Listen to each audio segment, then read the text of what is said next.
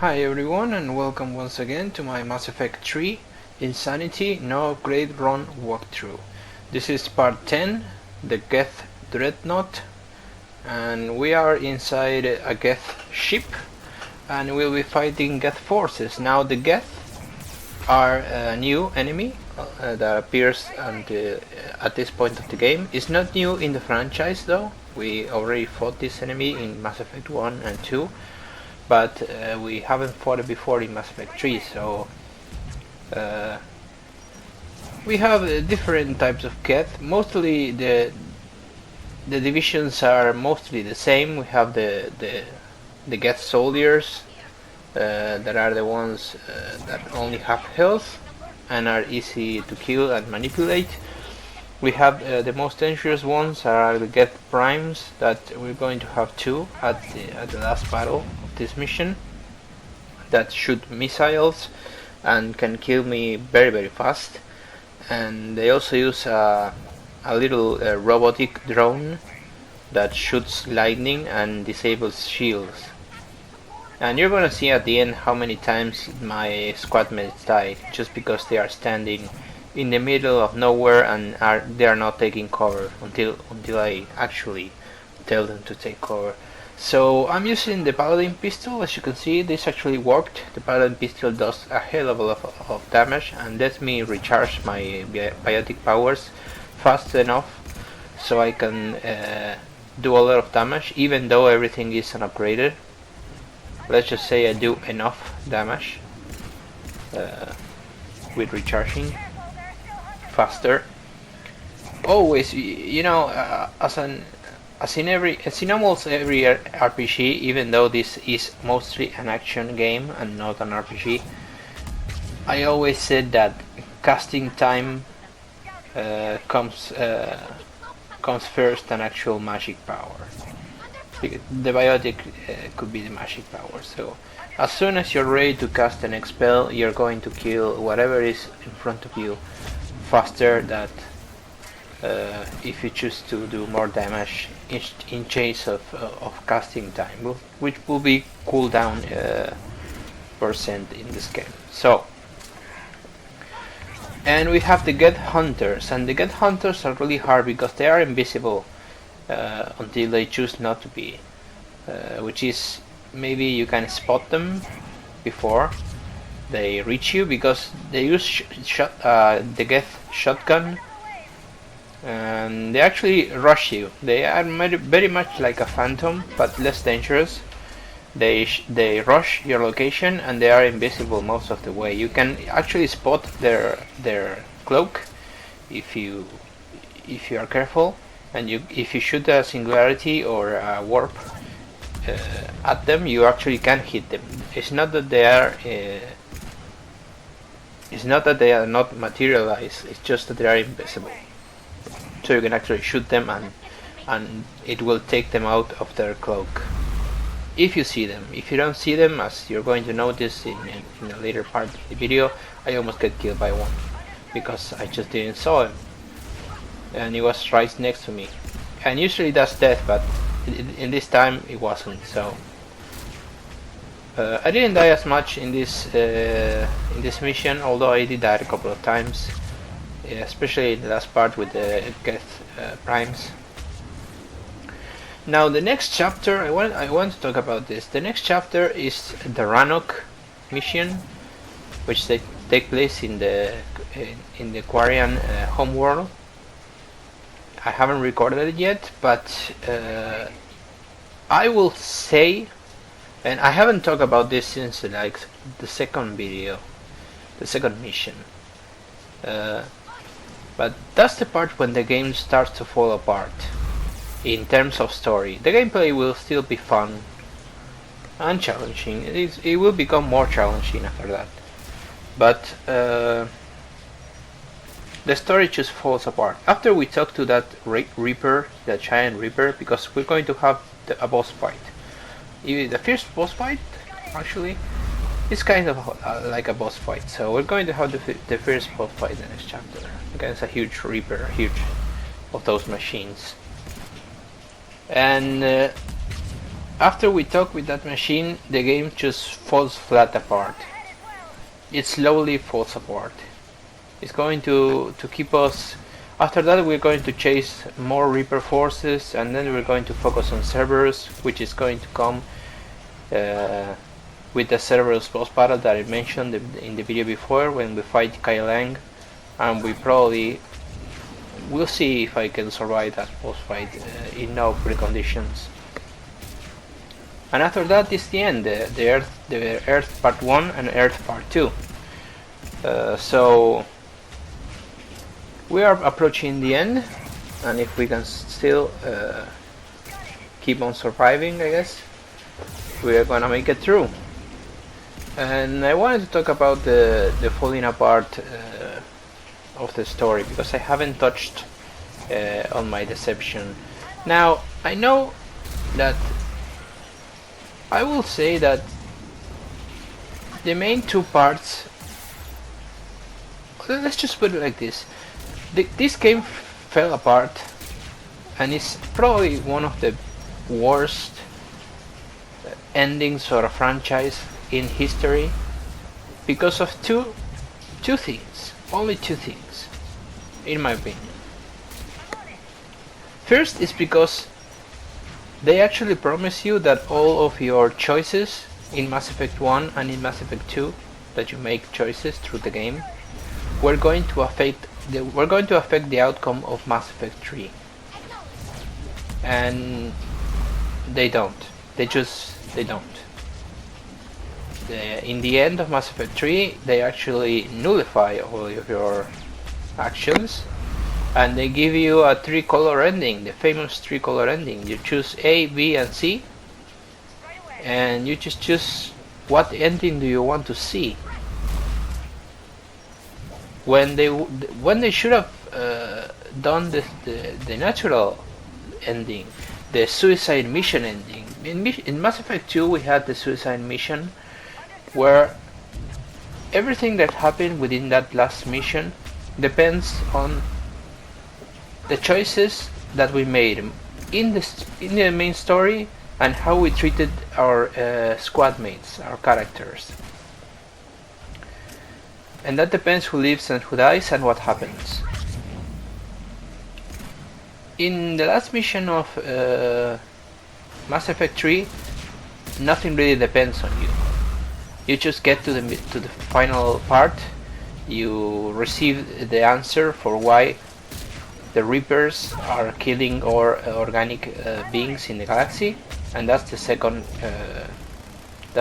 thing that's why Mass Effect 3 is just so disappointing. And you choose between 3 colors. I don't remember the colors, and they're actually colors. I'm not exaggerating this part. Just call it A, B, and C. And after that, they got a DLC out because the outcry was just too big, and they just give you a D.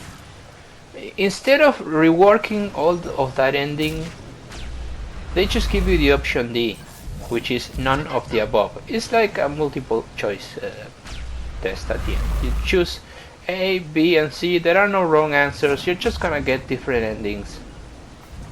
Or you choose D, which is none of the above, and they just get a new ending that is different and nothing else. But not based on your decisions, not based on everything you did, not based on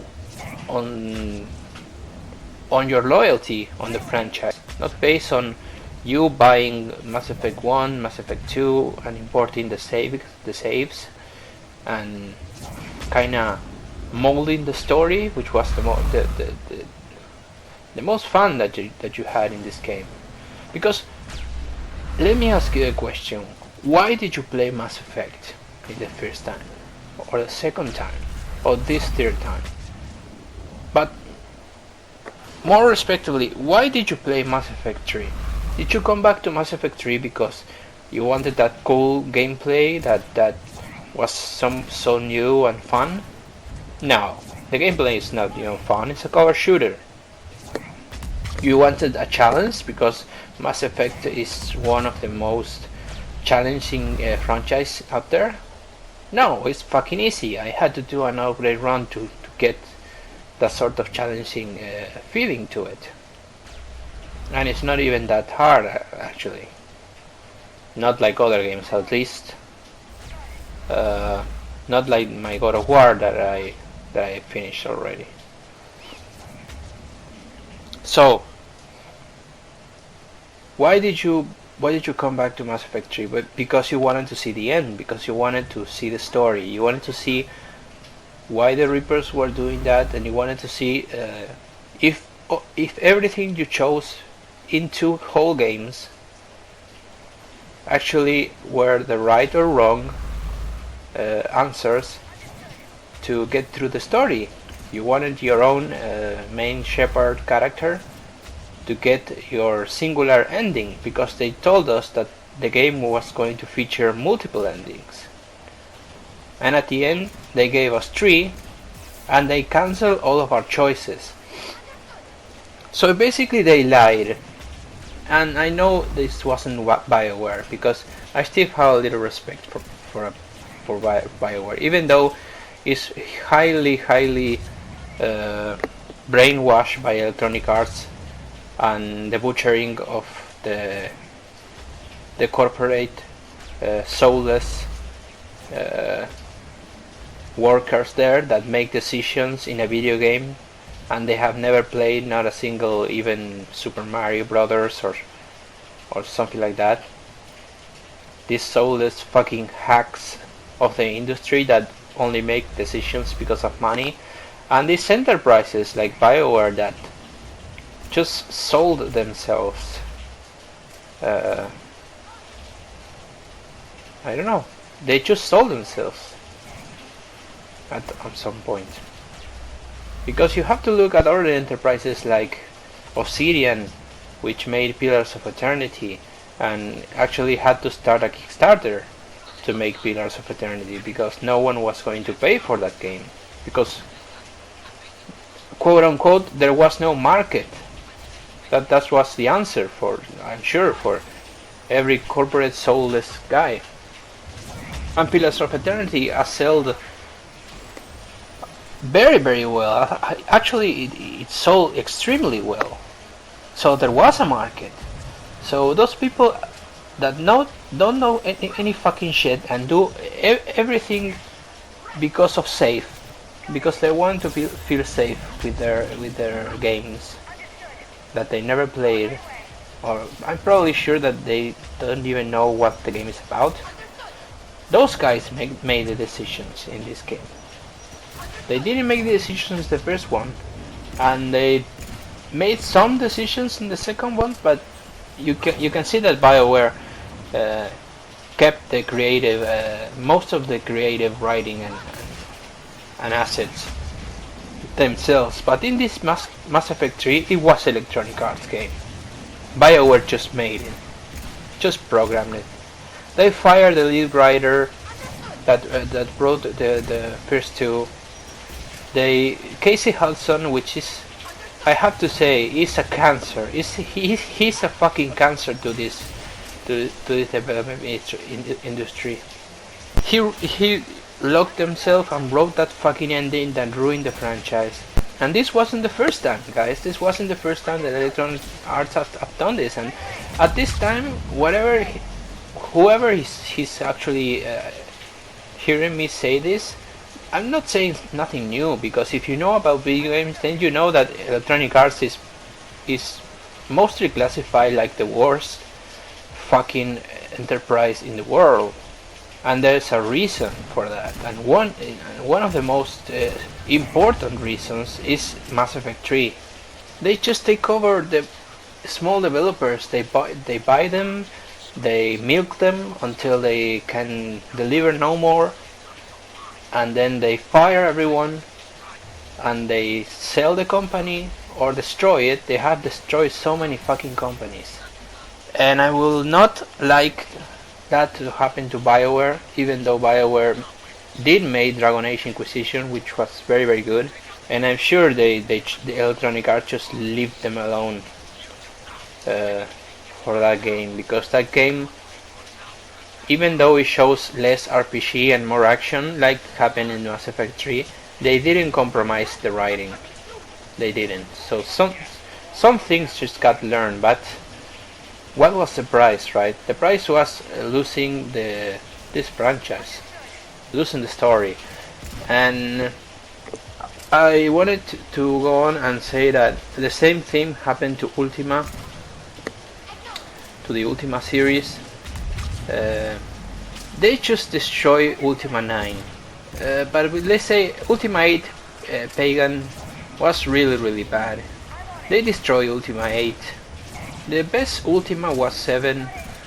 Richard Garriott was still in charge of the Ultima series by the 7 iteration, and it was a solid fucking game, incredible fucking game. And they were all fucking incredible games up until 7, but 7 Serpent Isle was fucking incredible, and they destroyed Ultima 8. Whatever it was supposed to be before Electronic Arts got his hands on it, and they started planning for Ultima Online, they just destroyed Ultima 8, and by Ultima 9 was cancelled, and developers were fired and left because Electronic Arts was doing the same shit, and I'm talking about like many years before Mass Effect. So you see history repeating here. That's why I was so afraid of Dragon Age Inquisition, and I'm so afraid for the future of BioWare and Dragon Age. They eventually going to fuck up Dragon Age as well. There's no doubt in my fucking mind. And I loved Ultima. I loved it. And seeing what they did with Ultima 9, that fucking game got destroyed. And for what reason? Because they just wanted Ultima Online. They put the entire fucking team of Ultima 9 to work on Ultima Online. And I have to say, Ultima Online was a solid MMORPG. In fact, I will either go as far as to say that Ultima Online was one of the best MMORPGs in history, because everything was left to the player. The economics, you could even steal items, the freedom to kill the players. You constructed your own world there. The clans constructed their factions. It was a free world, not enclosed by limitations like World of Warcraft, which is sadly really famous, but not at all close to what Ultima Online was. And yeah, it's just really sad that I have to see his history repeating himself with Mass Effect a lot of years later, and I had to see my two of my favorite franchises got fucking destroyed by these soulless and fucking corporate money grabbing assholes that for some fucking reason that I cannot understand make the decisions even though they understand fucking nothing about games and about the stories that the writers were about. So I guess that's everything that I wanted to say. Up until this point, I will speak about it, and I will show you the ending, the actual ending. I will show it to you, and I will talk a little more about bad decisions that they made. But mostly the next videos are going to be challenging, so I'm going to be explaining combat mechanics and so on. But thanks a lot for watching, guys, and we'll see each other in part 11. Take care.